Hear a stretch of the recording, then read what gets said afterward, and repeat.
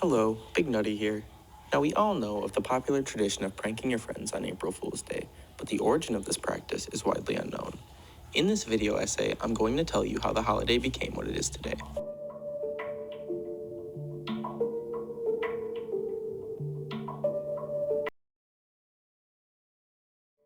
I'm going to preface this video by stating that the origin of April Fool's Day is not exactly a date set in stone. There are many potential origins, some dating back as far as the biblical flooding of the earth or to the ancient Greeks. For the sake of simplicity, I'll start in Edward de Den's 1561 poem, Referen vup Verzendekens Dach, or Welk den Eersten April te zin Plage. Edward's poem details a nobleman sending one of his servants on ludicrous errands on April the 1st. In the closing line of each stanza, the servant says, "I am afraid that you are trying to make me run a fool's errand." This is widely believed to have inspired the holiday, as it seems similar to the modern-day custom of pranks on April 1st. In 1564, the King of France, Charles IX, changed the calendar.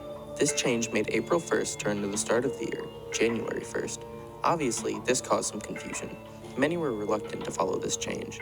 Those resistant to change, however, were mocked by those who accepted the calendar's shift. It became common practice to mock or prank the stubborn lot, most notably by attaching a paper fish to their backs, thus dubbing them April Fish.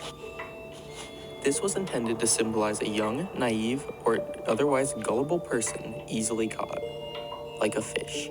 The poisson d'avril trend actually started around 1507, though it is not conclusive whether or not this was officially an April Fool's practice. Some historians believe that this could have been the origin, but I personally believe it to be 1561. The English history begins with John Aubrey, as he referred to it as Fool's Holy Day. On the 1st of April that year, many were tricked into going to the Tower of London to see the lions washed. It's surprising that people fell for this, as washing lions is not exactly a common practice. If anything, it's just weird. As you may be able to tell, history is not exactly clear or easy to interpret. Medieval history is full of inconsistencies and missing evidence. However, modern information is much more accurate. Therefore, I will skip ahead quite a bit to modern history. Many of these pranks are nothing more than whimsical goofs. One such goof comes from the BBC News Network in 1957, where they claimed that Swiss farmers were experiencing a record spaghetti crop and showed footage of noodles growing on trees. At the time, British people were not really aware of how spaghetti was made. Despite the fact that this was nothing more than a 3-minute hoax, several callers asked BBC how they could grow their own spaghetti trees. I don't even know what to say about that. CNN has later claimed this to be the biggest hoax ever created by a reputable news establishment. In 1992, National Public Radio ran a spot with former President Richard Nixon saying that he was running for president again. Only it was an actor, not Nixon, and the segment was all an April Fool's Day prank that caught the country by surprise.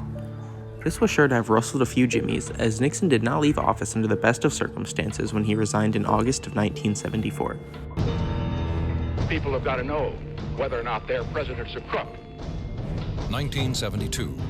Washington, D.C. police arrest 5 burglars with political connections at the highest levels. I said we had nothing to do with this foolishness. We had no idea it would reach into the White House.